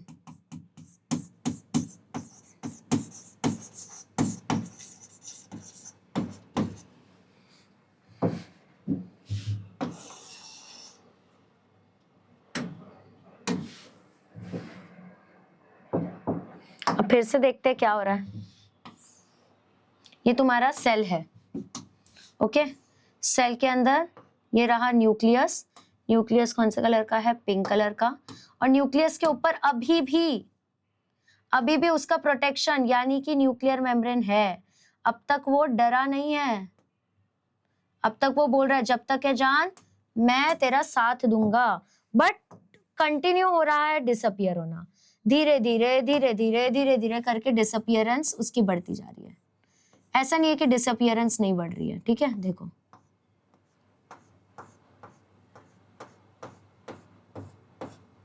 डिसअपियरेंस तो बढ़ती जा रही है। अब पता है एक गजब चीज होने वाली है, पैकेटिंग स्टेज में ये लोग इतना क्लोज आ जाते हैं कि वो उसके ऊपर में ऐसा रैप कर जाता है, कायस मेटा फॉर्म हो जाता है। और कायस मेटा फॉर्म होने के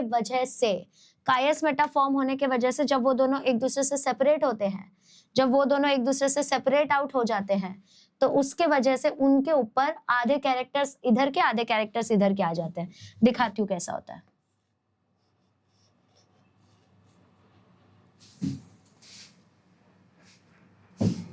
ये देखो, इसका आधा पैर इसकी जैसा हो गया, दिख रहा है? और इसका आधा पैर इसकी तरह हो गया। और जैसे ही ऐसे होता है ना, ये दोनों एक दूसरे से अब दूर भागने लगते हैं। इनको लगता है ओ माय गॉड ये क्या ही कर दिया हमने, ओ शिट पकड़े गए हम तो, ऐसा इनको लगता है। और देखो सेंट्रियोल अभी और छोटा हो गया। ये लोग एक दूसरे से दूर भागने लग जाते हैं, पगला जाते हैं एकदम से। बट उनका जो क्लोजनेस था, उनका ये जो क्लोजनेस था, इस चीज को तो हम लोग क्या कहेंगे? कायस मेटा।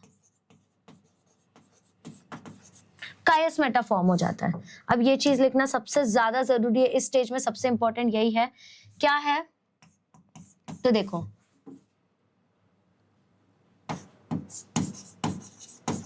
रिकंबाइन हो चुका है basically, thread like chromosomes comes closer, which leads to the formation of chiasmata, which leads to the formation of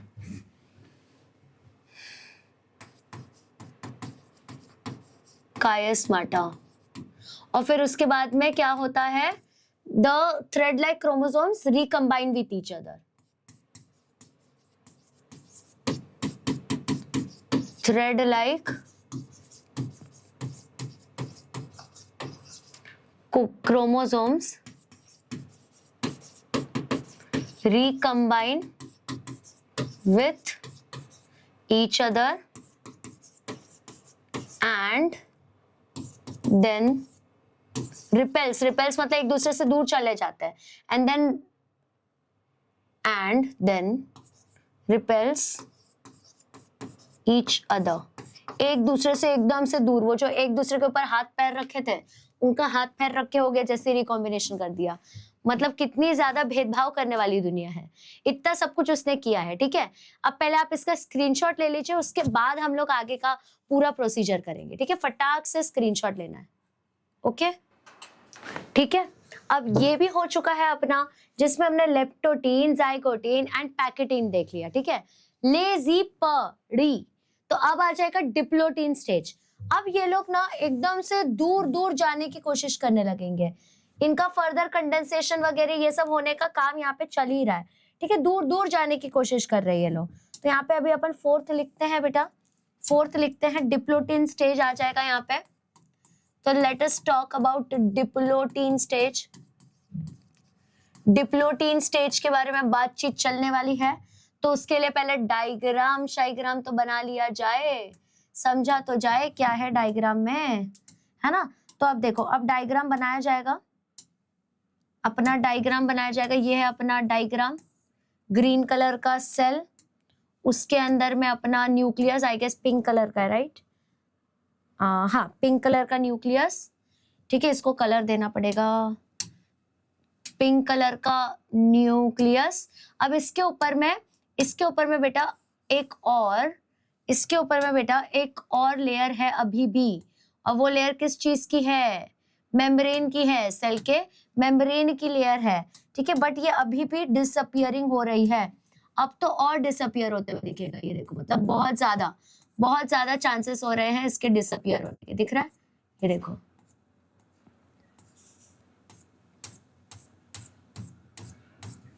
ठीक है, और ज्यादा चांसेस दिख रहे हैं अब अपने को ये डिसअपियर होने के। अब नाउ वी ऑल नो कि ये दोनों में अब रिकॉम्बिनेशन हो चुका है, तो बस अब इनको अलग अलग करने का है, ठीक है। तो देखो, अब रिकॉम्बिनेशन तो यहाँ पे हो चुका था, प्यार तो अब इनमें हो ही चुका है,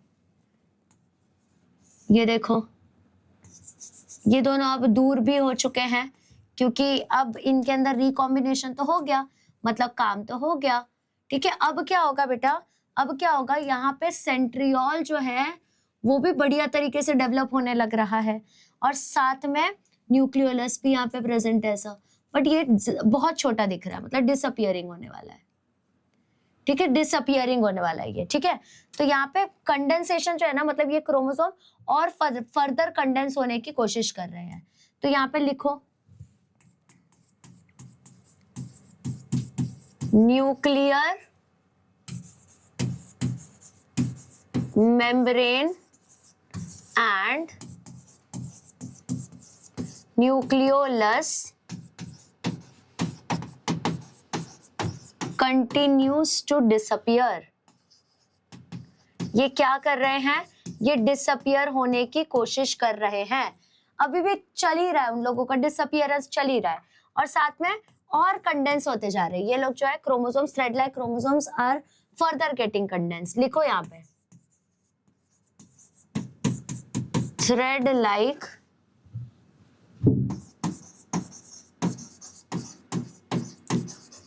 chromosomes are further getting condensed। अब ये लोग और ज्यादा कंडेंस हो चुके हैं। अब डायाकाइनेसिस में क्या होगा, ये लोग और दूर हो जाएंगे, और मतलब सेम ही स्टेप होगा, बस दूरियां बढ़ जाएंगी, ये दूरियां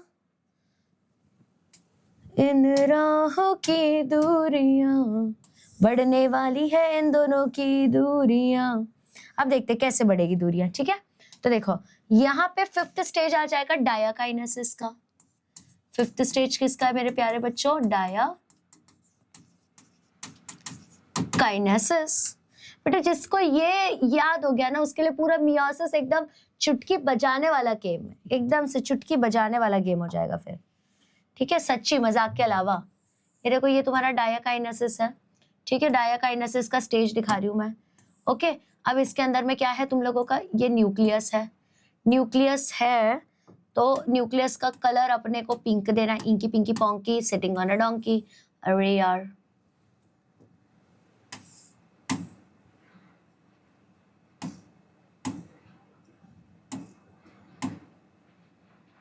ओके, इसको अपन येलो कर देंगे, और फर्दर कंडेंसेशन दिखाएंगे, मतलब ऐसा लगेगा, ऐसा लगना चाहिए कि अब है ही नहीं, ऐसा लगना चाहिए कि अब है ही नहीं, इतना टूट फूट गया है, इतने टुकड़ों में इसका दिल तोड़ा गया है कि अब दिख ही नहीं रहा है। तोड़ दो इसका दिल, तोड़ दो। बहुत टुकड़ों में इसके दिल को अपन ने अब तोड़ा, तन्हा तन्हा जोड़ा। अब आगे देखो, यहाँ पे और कंडेंसेशन, मतलब ये दिख रहा है कि ये क्रोमोसोम की तरह बनने की कोशिश चल रही है। क्रोमोसोम की तरह बनने की कोशिश पूरी की पूरी हो गई है। अब तो दिख के आ रहा है यार, अब तो दिख के आ रहा है कि ये क्रोमोसोम की तरह बन गया है ना? अब तो दिख के आ रहा है। ये देखो यहाँ पे ये लोग रिकम्बाइन हो चुके हैं, सब कुछ क्लियरली दिख के आ रहा है। ठीक है, सेंट्रियोल भी बढ़िया से डेवलप हो गया है और न्यूक्लियोलस जो है अब नाम के बराबर रह गया। ठीक है, नाम के बराबर रह गया। ठीक है, ये सब चीजें यहाँ पे लिखना है। ठीक है, यहाँ पे लिखने का है nuclear membrane and nucleolus continues to disappear। ये भाई अपने डिसअपियरेंस के लिए एकदम मजा सीना ठोक के बात कर रहे हैं, इतना मजा आ रहा है इनको। ठीक है, further condensation of chromosome is completed.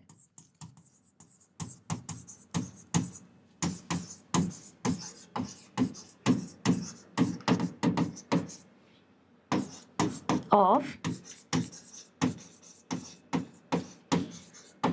chromosome is completed। Further जो है ये कंडेंसेशन वो कंप्लीट हो रहा है। बाकी सब कुछ सेम करने का। देखो यहाँ पे अपन ने क्या किया, प्रोफेज 1 ग्रीन से लिखा, तो यहाँ पे भी अपन मेटाफेज 1 ग्रीन से लिख देंगे। ओके, तो अब आ गया यहाँ पे मेटाफेज की बारी। अब उसने बोला बेटे अब तो तू प्रोफेज के बाहर आ गया, अब मैं तेरी करूंगी पिच्ची पिच्ची। ठीक है, तो अब यहाँ पे होगा, अब यहाँ पे होगा मेटाफेज 1। अब यहाँ पे होगा बेटा मेटाफेज 1।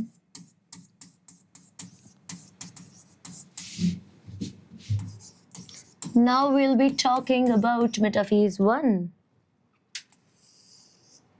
ओके, अब ये मेटाफेज 1 में फिर से डायग्राम बनाते हैं, मतलब यही सेम चीज है बट अब कुछ तो अलग होने वाला है, थोड़ा सा अलग।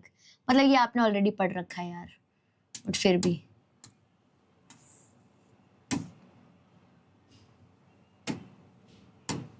अब मैं यहाँ पे आप लोगों के लिए न्यूक्लियर मेम्ब्रेन नहीं बनाऊंगी। मेरे को यहाँ पे आप मुझे न्यूक्लियोलस बनाते हुए नहीं देखोगे, कुछ ये सब बनाते हुए नहीं देखोगे। ठीक है, अब फर्दर कंडेंसेशन जो है वो भी कंप्लीट हो चुका है बढ़िया तरीके से। मेरा फर्दर कंडेंसेशन जो है वो कंप्लीट हो चुका है बढ़िया तरीके से। ओके,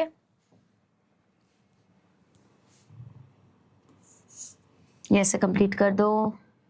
ऐसा लगना चाहिए कि लोग रिकम्बाइन हो चुके हैं। ठीक है, और यहाँ पे स्पिंडल फाइबर, यहाँ पे स्पिंडल फाइबर ने क्या किया पता है, डुप्लीकेट हो गया है और अपोजिट ऑफ इक्वेटोरियल प्लेन में आ चुका है। डुप्लीकेट हो चुका है और अपोजिट ऑफ इक्वेटोरियल प्लेन में आ गया, मतलब कितना बड़ा काम किया है। तो लिखो यहाँ पे nuclear membrane and nucleolus completely disappears, गायब हो चुके हैं। ठीक है, further condensation is completed. Further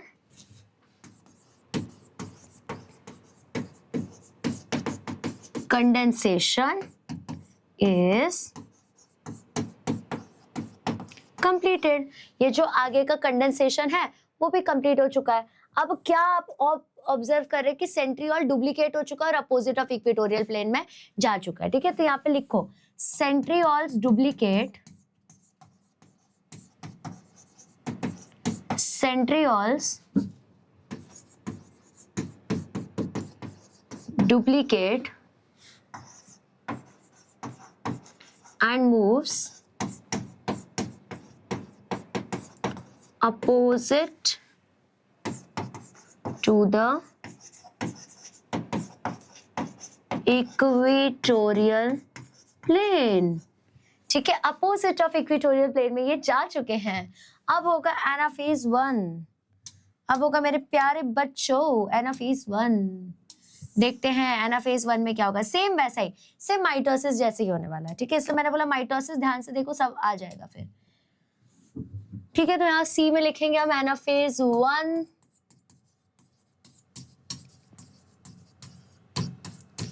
what you will write here, you will write anaphase 1. अब एनाफेज मतलब अन्ना म्हणजे बनाना, अन्नाला काय पाहिजे, अन्नाला बनाना पाहिजे, तर हे राहिला तुमचा सेल, ओके। अब सेल के अंदर में सिर्फ है न्यूक्लियस, न्यूक्लियस है, ठीक है। अब इसके बाद में इसके अंदर पता है तुम लोग क्या देखोगे, सेंट्रियोल पे फोकस करो, ठीक है। सेंट्रियोल पे, सेंट्रियोल किधर थे, opposite of equatorial plane, centriole किधर थे, अपोजिट ऑफ इक्वेटोरियल प्लेन। अब इसने बेटा स्पिंडल फाइबर छोड़ना शुरू किया। स्पिंडल फाइबर एक स्पेशल टाइप का प्रोटीन है जो कि स्ट्रेचेबल होता है नेचर में। स्ट्रेचेबल मतलब जैसे रबर बैंड, अभी ये देखो रबर बैंड, ठीक है, ये कैसा, ये स्ट्रेचेबल है ना, स्ट्रेचेबल है। अगर मैं बाल बांधने जाऊं तो पतले बाल को भी बांध देगा, मोटे बाल को भी बांध देगा, because it is stretchable in nature. उसका नेचर ही कैसा है कि वो खींच सकता है, वैसे ही इसका नेचर है। तो अभी मुझे किसी ने यहाँ से खींचा तो मैं कैसे हो जाऊंगी, ऐसे। और उसके वजह से क्रोमोसोम्स कैसे दिखेंगे पता है, बंच ऑफ बनाना के स्ट्रक्चर की तरह, ठीक है। अब देखो यहाँ पे कैसे बंच ऑफ बनाना के स्ट्रक्चर की तरह यहाँ पे लुटेंगे पिटेंगे। ये देखो, ये 1 2 3 और तीसरा जो पैर है ना वो मैं दिखा देती हूँ कि ऑरेंज है, सो दैट ये रिकम्बाइंड दिखे। अब यहाँ पे क्या लगेगा, 1 2 3 और चौथा पैर पिंक दिखा देती हूँ जो लगे रिकम्बाइंड है, ठीक है। तो अब क्या हो गया है, ये वहां पे सेपरेट आउट हो चुका है, ठीक है। तो अब ये लिखो बेटा, लिखो, क्या लिखोगे पता है, क्या लिखोगे पता है, centriole produces spindle fiber, a specialized protein, ऐसा स्पेशल प्रोटीन है जो कि स्ट्रेचेबल है नेचर में, which is stretchable in nature। और फिर क्या करता है, वो स्ट्रेच करता है उसको, है ना। तो लिखो यहाँ पे, लिखो यहाँ पे, spindle, due to the stretching produced by spindle fibre, due to the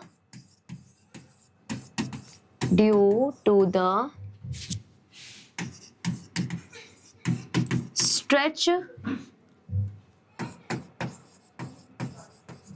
produced via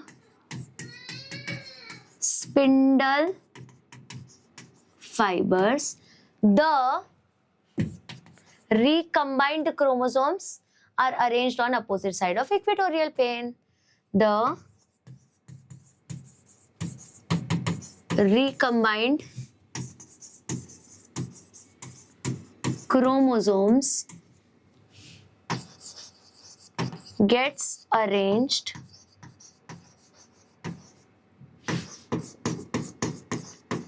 opposite of equatorial plane, सीधा वो इक्वेटोरियल प्लेन के अपोजिट में जाके अरेंज हो जाता है। अब करेंगे टीलोफेज 2, मतलब इन लोगों का ब्रेकअप करवाएंगे हम लोग, दूर ही कर देंगे सीधा, मतलब अपना नहीं चल रहा तो किसी का चलने देने का नहीं, है ना। ऐसा मैं नहीं बोल रही, ऐसा सेल डिवीजन कहता है, नहीं तो तुमको लगेगा कि मैम आप तो बड़ी मीन हो, बट आई एम नॉट, ठीक है। अब देखो टीलोफेज 1 आएगा, टीलोफेज 1 के लिए हम बनाएंगे यहाँ पे चटपटा प्यारा सा डायग्राम, क्योंकि ये डायग्राम तो बहुत इंपॉर्टेंट है, थोड़ा बड़ा होना चाहिए ये डायग्राम। क्यों मैम, बड़ा क्यों होना चाहिए, ये बड़ा इसलिए होना चाहिए मेरे प्यारे बच्चे लोग, क्योंकि यही डायग्राम के बेसिस पे आगे का डिवीजन होगा। तो ये बड़ा हो चुका है, ठीक है, इसको छोटा ही रखता है एक्चुअली, क्योंकि अब तो इसको तोड़फोड़ किया जा रहा है ना, इसको तोड़फोड़ किया जा रहा है। तो आप क्या देखोगे पता है, आजू बाजू आप क्या देखोगे पता है, आजू बाजू ऐसा 2 न्यूक्लियस टाइप बन रहा है, ऐसा 2 न्यूक्लियस टाइप नया न्यूक्लियस बन रहा है भाई, इन दोनों में ऐसा डिवीजन हो रहा है, ऐसा भेदभाव किया जा रहा है, ऐसा इन लोगों के जायदाद में बंटवारा हो रहा है कि अब अलग अलग दिखने लग गए। तो अब ये जो आपके क्रोमोसोम से रिकम्बाइंड क्रोमोसोम वो फिर से डीकंडेंस होकर थ्रेड लाइक क्रोमोसोम्स बन जाते हैं, वापस से डीकंडेंस होकर थ्रेड लाइक क्रोमोसोम बन जाते हैं। एक छोटा सा इसमें ऑरेंज डाल देती हूँ कि वो भी रिकम्बाइंड है ना। फिर यहाँ पे इसमें पिंक डाल देती हूँ छोटा सा कि वो भी तो रिकम्बाइंड है ना, रिकम्बाइंड है दोनों। इसके बाद में सेंट्रियोल आ जाएगा यहाँ पे भी आ जाएगा। और फिर अगर आप ऑब्जर्व करेंगे तो न्यूक्लियोलस स्टार्ट्स टू रीअपीयर। अब यही पॉइंट्स यहाँ पे लिखना है, क्या क्या हुआ है देखो। द recombined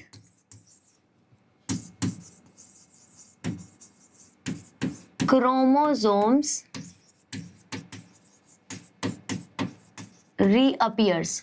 जो रिकम्बाइंड क्रोमोसोम क्या हो रहे हैं यहाँ पे, रीअपियर हो रहे हैं, फिर से दिख रहे हैं।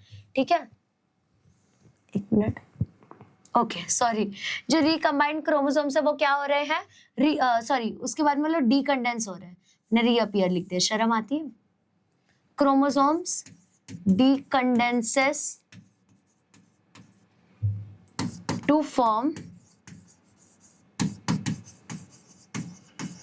thread like chromosomes। ठीक है, कैसे बन जाते बेटा ये, तो थ्रेड लाइक क्रोमोसोम की तरह बन जाते हैं। ठीक है, उसके बाद में हम लोग क्या लिखेंगे,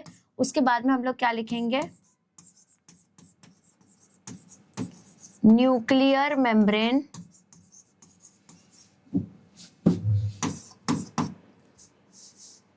and nucleolus starts to reappear. ठीक है, सब कुछ अलग अलग हो चुका है।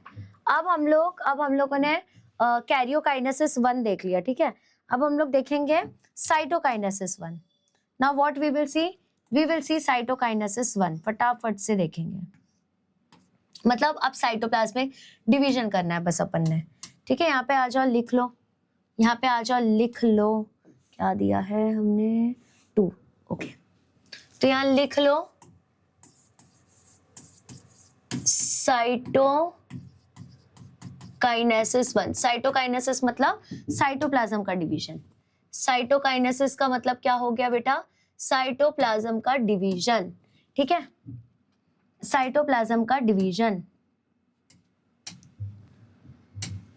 ये है आप लोगों का वो सेल लुटा पुटा, ओ हाय मैं लुट गया जी, ओ हाय मैं लुट गया जी। अब यहाँ पे वो लुटा पुटा मतलब बटा हुआ न्यूक्लियस दूसरा जो बन रहा है, और ये दूसरा वाला।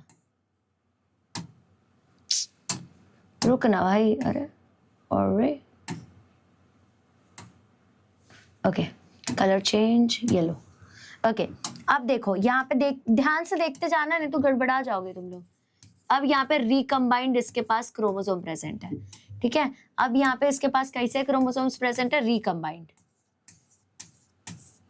ओके, यहाँ पे बराबर इसके पास अब एक अच्छा सा सेंट्रियोल भी डेवलप्ड है। मतलब आप ऑब्जर्व करोगे साइटोकाइनेसिस में ना प्रोफेज जैसा फेज आ जाता है, स्टार्टिंग वाला फेज आ जाता है। ठीक है, अब क्या होगा, क्लीवेज फॉर्मेशन मतलब यहाँ पे धीरे धीरे टूटते जाएगा, ब्रेक होगा, यहाँ पे भी ब्रेक होगा, और अब there it lead to a cleavage formation.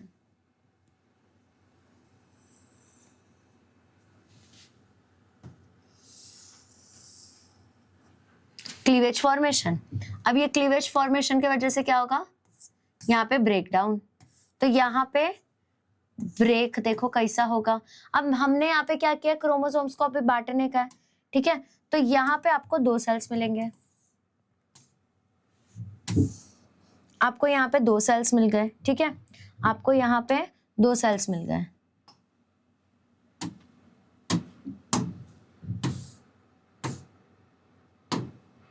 But आपको एक चीज मैं बताऊं, यहाँ पे आपके पास देखो, ध्यान से देखो, यहाँ पे क्या हुआ है पता है,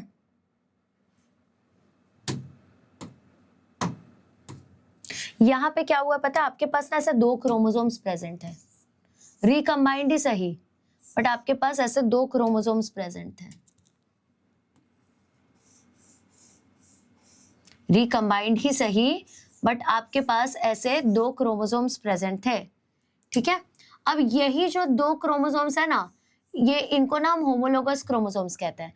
तो ये 2 होमोलोगस क्रोमोसोम्स यहाँ पे सेपरेट आउट हो चुके हैं, ठीक है। यही जो होमोलोगस क्रोमोसोम्स है यहाँ पे आपको सेपरेट आउट होते हुए दिखेंगे। मतलब यहाँ पे डिवीजन किसका हुआ, होमोलोगस क्रोमोसोम का। यहाँ डिवीजन किसका हुआ बेटा, यहाँ डिवीजन हुआ है होमोलोगस क्रोमोसोम का। यहाँ डिवीजन किसका हुआ है, होमोलोगस क्रोमोसोम। तो पहला डिवीजन होता है होमोलोगस क्रोमोसोम का। तो यहाँ लिखो, यहाँ लिखो डिवीजन ऑफ होमोलोगस क्रोमोसोम्स। और जब मियोसिस 2 होगा तो सिस्टर क्रोमोसोम्स में डिवीजन आ जाएगा। अब मियोसिस 2 की बात करूं, अगर मैं मियोसिस 2 की बात करूं, ये देखो, if I talk about meiosis 2 तो ये और फर्दर डिवाइड हो जाएंगे। If I talk about meiosis 2 तो ये और फर्दर डिवाइड हो जाएंगे। मैं सिर्फ अभी यहाँ पे इसके क्रोमोसोम्स के ऊपर फोकस कर रही हूँ, ठीक है। सेल का बाहर का लेयर नहीं बना रही। I am just and just focusing on chromosomes right now.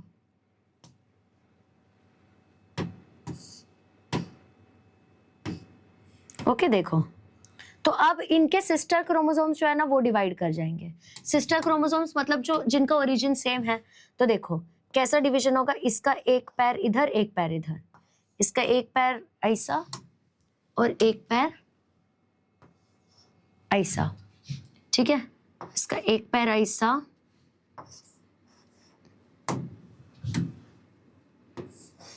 समझा।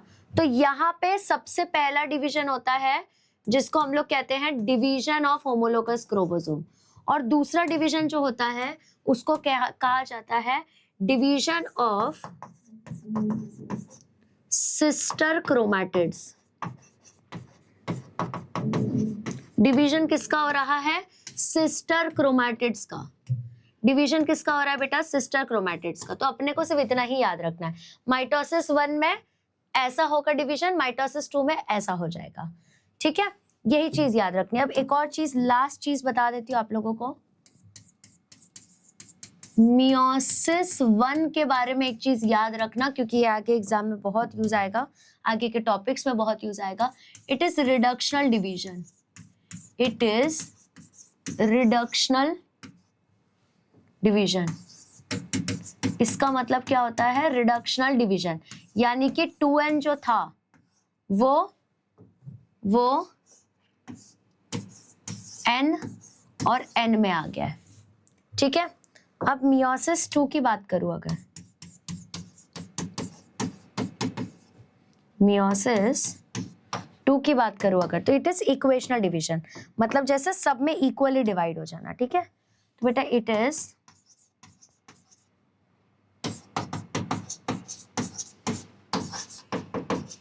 इक्वेशनल डिवीजन, ठीक है। इक्वेशनल डिवीजन का मतलब क्या होता है, ये देखो, ये 2n था और इसने रिडक्शनल डिवीजन किया जिसकी वजह से n के 2 मिले। अब इक्वेशनल डिवीजन मतलब इनमें 2-2 और बच्चे हो जाएंगे, या फिर आई वुड से डिवीजन हो जाएगा इक्वल। इसके पास भी एक, इसके पास भी एक, इसके पास भी एक, इसके पास भी, कुछ ऐसा होता है मियोसिस 2। आई होप आप लोगों को माइटोसिस और मियोसिस इतने अच्छे से समझा है कि अगले बार कभी आपको इसमें डाउट नहीं आएगा। तो जब मैं आप लोगों को 12th वालों को स्पेशली जब मैं चैप्टर पढ़ा रही थी रिप्रोडक्शन का, they were getting so confused in this. Now I hope everything is clear. आप लोगों को मेक श्योर करना है कि ये जितने स्लाइड्स मैंने पढ़ाए हैं ये सारी की सारी चीजें आप लोगों को अच्छे से याद हो, ठीक है। अब आप लोगों को अगर और मुझसे गाइडेंस चाहिए तो अगर आप 11th स्टैंडर्ड में हो तो आप लोगों के लिए वी हैव लॉन्च्ड नीव प्लस शौर्य बैच। इस बैच में ओवर 10,000 स्टूडेंट्स ने ऑलरेडी एनरोल कर लिया है, एंड गेस व्हाट, सब बच्चों के बहुत अच्छे स्कोर्स आ रहे हैं। प्राइस बहुत ज्यादा nominal, it is just 6,500 rupees. Infinity की बात करूं तो इसके अंदर में आपको बैच तो मिलेगा, साथ में बुक्स भी मिल जाएंगे फ्री में। एंड अगर इन्फिनिटी प्लस की बात करूं, ये मैं आपको प्रेफर करूंगी, सबसे बेस्ट होता है बेटा, क्योंकि है ये 30,000 का, आई नो, बट 2 साल के लिए यानी 15,000। बट इसमें आपको पता है क्या मिलेगा? बैच तो मिलेगा, बुक्स तो मिलेगा, बट एक पर्सनल मेंटर मिलेगा जो कि आपको 24/7 गाइड करते रहेंगे। ठीक है। अब अगर आप 12th स्टैंडर्ड में हो तो congratulations, you have hit a jackpot, क्योंकि हम आपको सब कुछ फ्री में पढ़ाते हैं संकल्प बैच में। अगर आप संकल्प बैच को एनरोल कर लेते हो ऐप में, वेदांतु के एप्लीकेशन में, तो आप लोग एक और बड़ा जैकपॉट जो है वो हिट कर जाओगे। पता है क्यों? क्योंकि आप लोग अनलॉक कर लोगे all in one course that is also in just 0 rupees. इसमें क्या होता है मैम? तो आप लोग लाइव सेशन चलते चलते या रिकॉर्डेड फॉर्म में भी लाइव डाउट पूछ सकते हो एआई से, एंड दैट वेद AI is absolutely free for you. जो चैट जीपीटी तुम्हें आंसर नहीं देगा वो वेद एआई जरूर दे देगा।